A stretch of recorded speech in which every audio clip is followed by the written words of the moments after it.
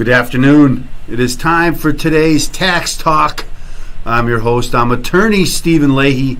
It is Wednesday, April 20th, the year of our Lord 2022. And today's IRS. We know that the 18th was on Monday and no tax day. And now all of the stories are coming out about the IRS and how they all need more money. It is common knowledge now that the IRS is underfunded and understaffed. That's what we're going to talk about today here on here on today's Tax Talk. Won't you join us?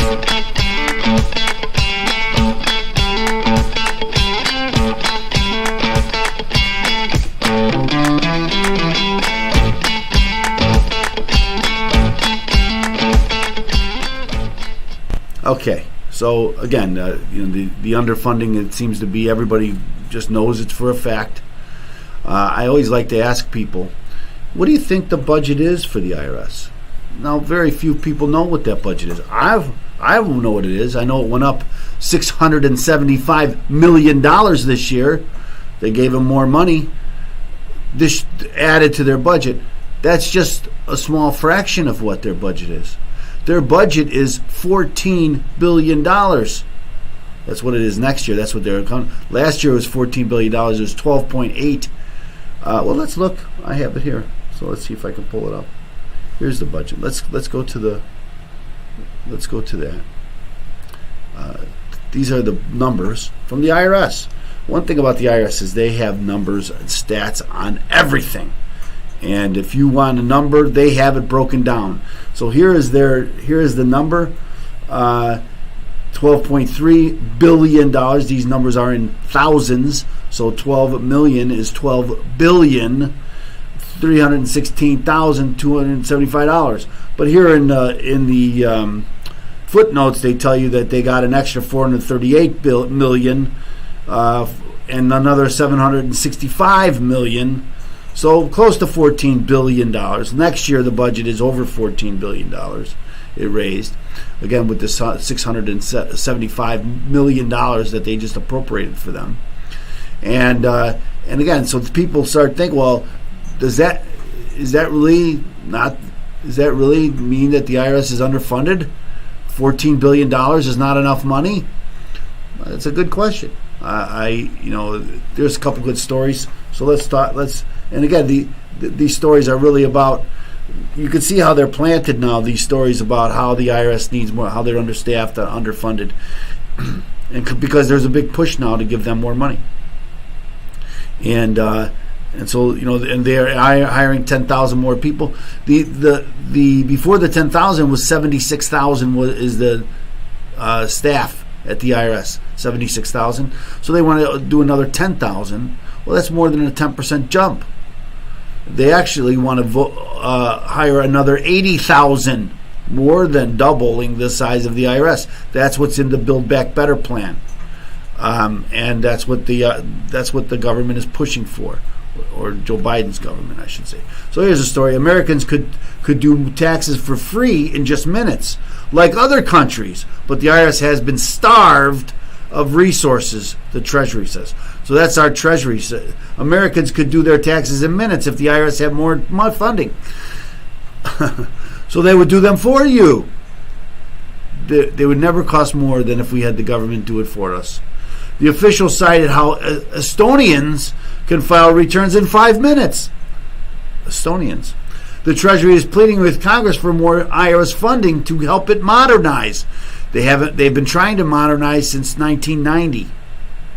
And they've been getting money every year of that $14 billion to modernize for technology.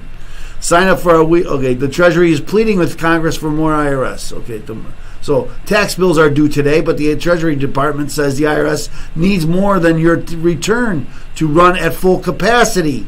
In a blog post, the Treasury's Counselor for Tax Policy and Implementation once again laid out some of the challenges facing the underfunded agency. It's just a matter of it's underfunded. She points out that the example of other countries to look at what an adequately funded tax administrator would mean for Americans. For instance, she writes, in many developed countries, tax filing is simple and costless. They just take it all. Very simple. And give you back pennies. Kind of like what we do. But most countries have much higher tax rates than us. And then they tell you, well, we get everything for free. No, you don't. You pay for everything. You pay. There's nothing more costs more than when the government gives it to you for free. She cites the Atlantic's reporting that the average Estonian spends just 5 minutes doing taxes.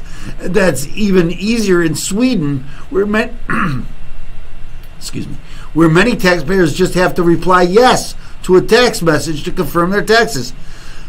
Because the government knows everything about them and tracks them and controls every aspect of financial life. And they tell them, here's how much you made, this is what we're taking. Okay? What are you going to say? No? On the other hand, the IRS is still opening mountains of paper returns by hand and running out of critical everyday items like carts and staples. They can't buy staples. They got $14 billion and they can't buy staples. Today's deadline is an inflection point in what has been the agency's most challenging filing season in recent years. This is the byproduct of chronic underfunding that has starved the IRS of tools it needs to serve the American people, coupled with historic pandemic that introduced new responsibilities alongside mammoth challenges. That is true. There was new responsibilities for months, but they were also appropriated more than $1 billion for those extra services. For months, the Treasury Department and the IRS's own commissioner have been sounding the alarm bell on how understaffed and underfunded the agency is. According to the Tax Policy Center, the IRS's budget, now I want you to remember these numbers, had shrunk by 20% in the last decade in real terms, much of it due to the Republican-led budget cuts. Because they're saying, well, the Republicans came down on the IRS after the IRS targeted American conservatives and then spent a lot of money frivolously on these conventions. And we talked a lot about that. And so, yes, some of the money some of their budget was cut because they thought, well, if you can waste money on these items, well, then maybe you don't need that money. At the same time, demand as measured by returns, to keep that in mind now, they're saying because returns have gone up 20%, so then that should equate to more money, has ramped up by 19%, according to the national taxpayer Erin Collins. Staffing is also low. She writes that the agency workforce is at 1970s levels. So let's think about that now. Their work staff is low. Why could that be? Why would that be? Why isn't it? If it's true that their staffing is low, what would be a reason for that? That's led to the historic backlog of tax returns. The IRS was still sitting on 6.2 million unprocessed individual returns at the end of 2021. The IRS has been making a dent in that slowly but surely. On April 7th, the IRS commissioner testified at the congressional hearing that the agency now had 2.7 million paper returns filed in calendar year 2021 sitting in inventory. Those delays have left millions of Americans waiting on their tax refunds for months. Some taxpayers told Insider that missing checks have meant they're having trouble affording groceries, childcare, and even their homes. Democrats sought to ramp up the IRS funding as part of the defunct Build Back Better legislation, as I mentioned. They set aside $80 billion meant to help the IRS hire additional auditors and employees capable of sorting through the hefty backlog of paper returns. $80 billion to sort through the backlog? Really? But the House-approved bill stalled out in the Senate due to resistance from at least one centrist when Democrats needed unanimity to pass it. 80. They don't mention that 50 Republicans voted against it. That just one guy. It just was one guy away. It's true, it was one vote away. But they, but still 50 Republicans voted against it. That the IRS remains a pertinent target for conservatives wary of tax increases. Senator Rick Scott of Florida released a Republican platform last month that urged slashing the agency's budget by half. It prompted the commissioner to tell House lawmakers last month that you might be better off and save more money by just shutting it down completely if that was implemented.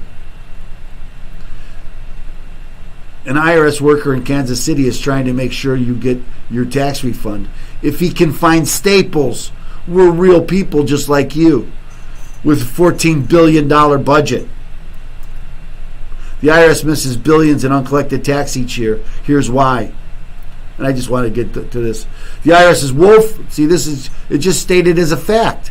The IRS is woefully understaffed and will miss about $600 billion in uncollected taxes this year as it grapples with technology built before humans landed on the moon.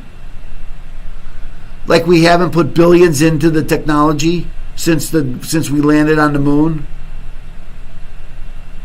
The understaffing has also led to frustrations for some Americans who called the IRS for help last year, with only 11% getting another human to answer the phone. He acknowledged those frustrations in an interview with All Things Considered and said the Bureau needed more support from Congress to enforce existing tax law and to make existing experience better for everyone. It's important to remember that the IRS is trying to serve every American. Last year, the IRS received 230 million phone calls and had only 15,000 people to answer those calls, which meant that each person had to answer 16,000 calls. And while the American people feel that every day, what Congress has actually done is starve the IRS of resources it needs to enforce taxes against the wealthiest Americans.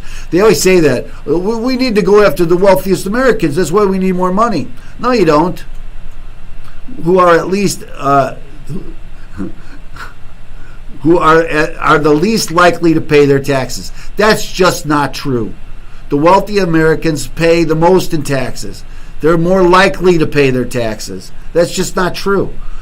He also spoke about how taxes don't affect all Americans the same, why wealthier people can often avoid taxes, and how additional funding for Congress would help the Bureau's operation.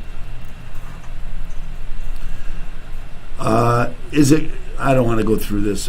I just wanted to point out that it's come to just the fact that we're underfunded. So I wanted to point this out now. Maybe I should talk about something else. But before I show this, I should probably show this. Here is the number. Let me blow this up a little bit so we can look at it better. So there it is. Here is a number of tax returns filed electronically. This year, 2021, 96.7% of all tax returns are filed electronically. Last year it was 90%.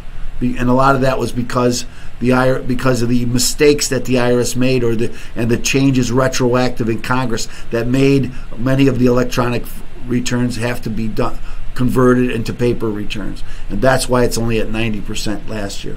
90% the year before, 88%, and it goes to 82 2011. So, go down to 2000. In 2001 it was 30%. Right? And then he said, well, if it's 30% in 2001 and now it's 96%, how much savings does the IRS get for this? Well, here is the IRS submission processing pipeline video. And I don't want to play all of it, but I want to play some of it because it details how labor intensive it is to process paper returns. So let me start this and see if we can.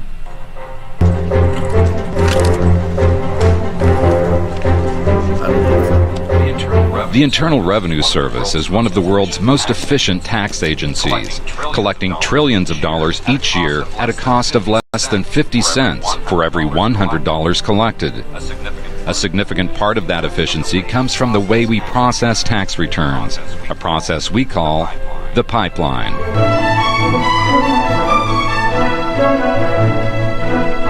The primary purpose of the pipeline is to transfer taxpayer information from paper to the computer. So they would Let's take a streamlined look at how work flows through the pipeline. Incoming mail is automatically sorted and opened by a machine that reads the barcoded envelopes that identify the types of returns inside. The machine separates returns with payments from those without payments by detecting magnetic ink on enclosed checks. Returns are extracted from their envelopes and further sorted by type by employees using unique workstations called sorting tables. Before continuing their trip through the pipeline, returns with payments are routed through a remittance processing system to ensure deposit of revenue within 24 hours. Returns are then batched into official units of work called blocks, containing from 50 to 400 documents. Individual blocks containing the same types of returns are combined, placed on carts, and logged into a computer system which tracks their movement through the pipeline. Tax examiners correct taxpayer errors, assign codes that will facilitate data entry, and, if necessary, correspond with the taxpayer to request additional forms or information. So I wanted to play. I don't know how the sound is coming across because I can't see it. So I don't want to. If it's terrible, I don't want to continue doing that. But it's just a sampling of the process that we used to take for every return. And now they say, well, the returns are up 20%. But none of those are processed by hand any longer. You don't need the facilities. You don't need the labor. You don't need the machinery. You don't need the storage. You don't need any of that. All of that is done electronically. Again, they would take a return and they would convert that paper return and input that data. Two different employees would take that and input that data. Think about the time that took, and why they don't do that anymore. Do they? So if returns, there's 20% more returns than there were, but 96% of them are all done electronically now. Do we really need 20% more people? The answer is obviously no. You don't need that many people. It's all done electronically. People never touch the returns, never see the returns. It's just the way it's done now. And so I just wanted to point this out. And again, I don't know how the sound was working on that. So, and again, here it is. 96.7% of all returns were done electronically. Pretty impressive, and they have the technology to do that. So, again, pretty impressive. I think it's an amazing thing. So next time you hear someone just matter of factly tell you that the IRS is underfunded, understaffed, you have to question that, just given what I just told you, and ask people, what's the budget for the IRS? And again, you ask people that, well, what is it, 500 million? Is it 700 million? Is it $1 billion? And it's $14 billion. That's a lot of money no matter where you come from, no matter what that is, no matter what department it is. There's no department in our government that tells you that they have enough money. None. Not one. And the IRS is no different than the rest of them. Anyway, that's what we talked about today. So I'd like to go on, and I could, but I'm not going to. But I'm going to ask you to, again, like and subscribe our content. Who else is telling you about taxes on a daily basis? I don't think anybody else is. So help us get it out there. Like and subscribe to the channel. We really appreciate it. And remember, if you need help with the IRS, right? If you're going against the IRS, if you owe the IRS any money, or if you haven't filed your tax returns, the first thing you should do is get a copy of my book, Deal with Your IRS Problems Today. Go to freeirsbook.com. That's freeirsbook.com. Get your free copy of Deal with Your IRS Problem Today at freeirsbook.com. Okay, so thanks so much for joining us here today.